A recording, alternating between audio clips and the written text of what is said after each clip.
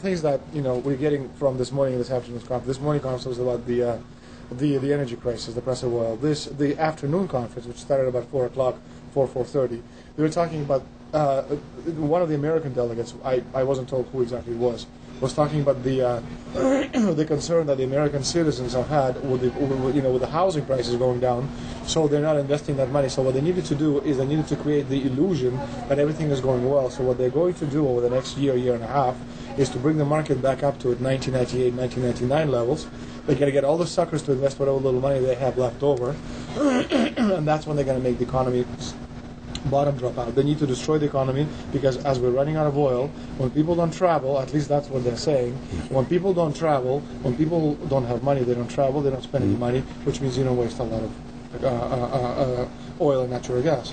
That's the afternoon. So how does this source, just ballpark, so you have the sources. Well, actually, there are two people who are members of the Bilderberg Club. It's actual members. They're members of the Bilderberg Club who, for years and years and years, have been going and participating in all the conversations. They've always been dead on, always.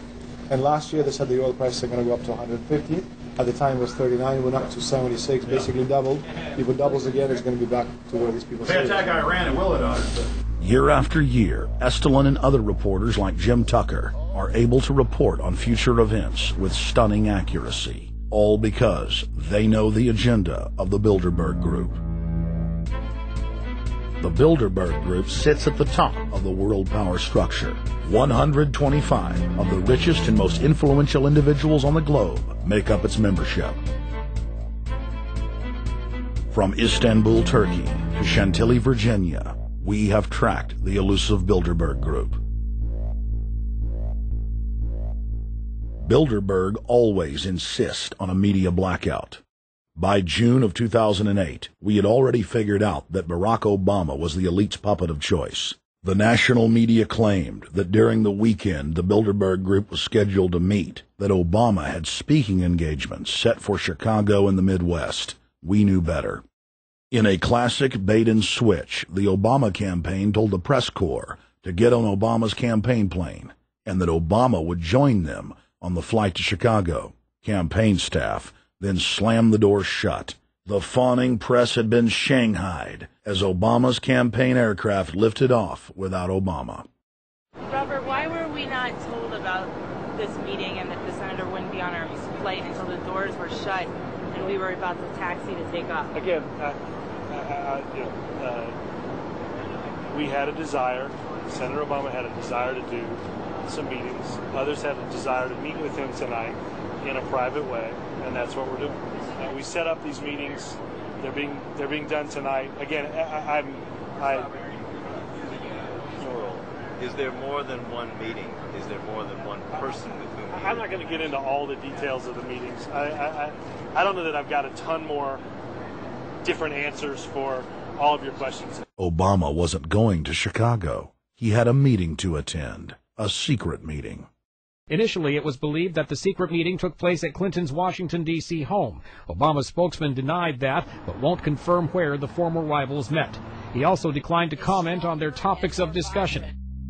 For a day and a half, the mainstream media engaged in a wild goose chase, trying to find out where Hillary and Obama had gone. 3 cover stories later, the corporate press had to admit they had no idea where the two candidates had gone. And to this day, Clinton and Obama aren't talking.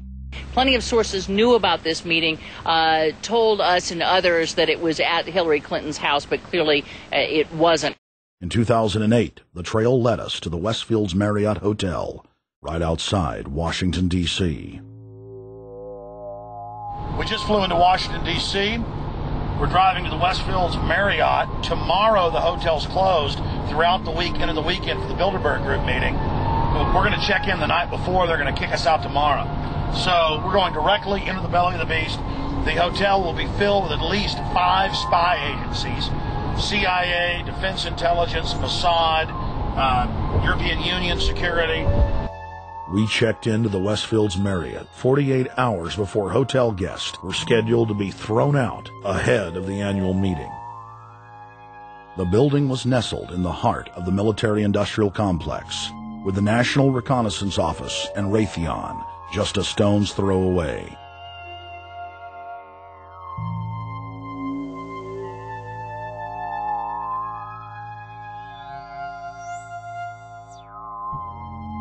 The plan tonight is to try to not get arrested, dodge the security, get in there, get some footage of the elite arriving in the morning, because some arrive before they officially lock it down, and then getting out of the building.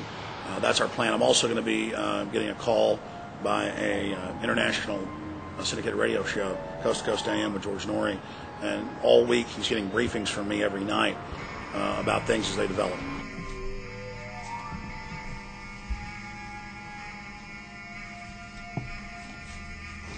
George, we're sitting here in the room. As the phone rings with your producer, Tom Danheiser, to put me on, the fire alarm goes off.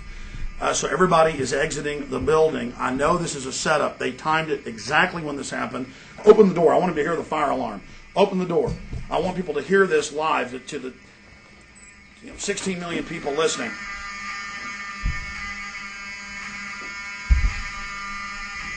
George, do you hear that?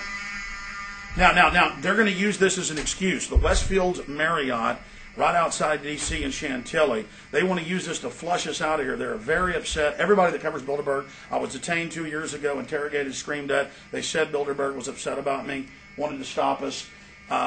This is guaranteed. Everywhere we go, we're followed. We have another hotel across town as a base of operations. They were there questioning us, getting in our faces. We're being followed everywhere. I need everybody's support right now. I pray to God they don't try to set me up. They may have tried to concoct this as some way to say, look, they didn't leave during a fire drill, assessing me, knowing I would stay and do the interview. But again, the moment the phone rang with Tom Danheiser, the moment the phone rang, the guys answered it, I'm standing there, the alarm goes off. It's going off right now. The guests are exiting the hotel out there. Of course, there's no fire. This is just absolutely insane. I noticed, too, that there was over 100 security people here today, but tonight we got back and it was a total ghost town, and this is what's insane. We have a security guy walk up to us 30 minutes ago, about 25 minutes ago, before this happened, and said, "What are you guys doing?" We said, "We're just walking around checking out the artwork in the hotel," which we actually were admiring, but we were also going around getting some footage. And they said, "Well, no cameras allowed." We said, "Fine." And then he said, "Yeah, we had somebody do a fire alarm a few weeks ago, and me and Rob, my camera guy, were on. Why is he telling us about a fire alarm?" I forgot that part, George. These bastards have done this. I don't know how. They're planning to try to set us up or something, but this is incredible. We are here in the middle of this right now, George.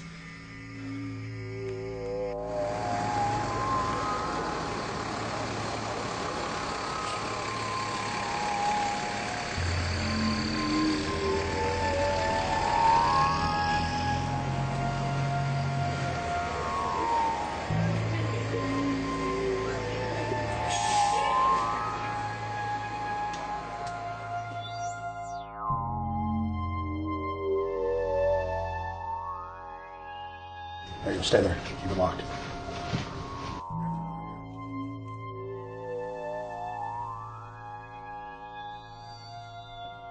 Let's go.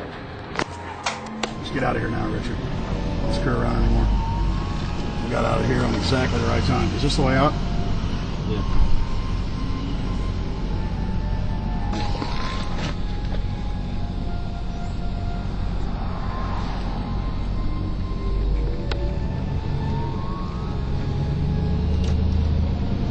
We got a car right behind us.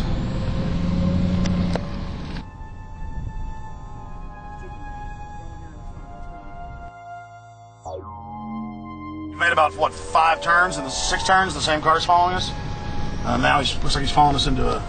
He came out of Bilderberg, he came out of the Westfield. He's being a little bit subtle, but... Not too. There he is. That's him over there in the blue car. Yeah.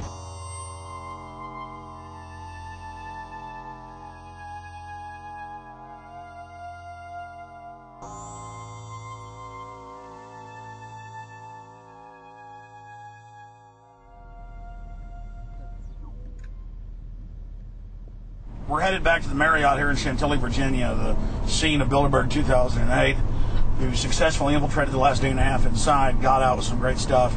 We've been tailed, and now we're going back to cover the dignitaries, the elitists, as they arrive. And right now is the prime time for them to start arriving for the next 3-4 hours. We took about a 30-minute break. I'm sure we missed a few, but it doesn't matter. Because we've got scores of people that just organically are listeners, info warriors that are out here taking action.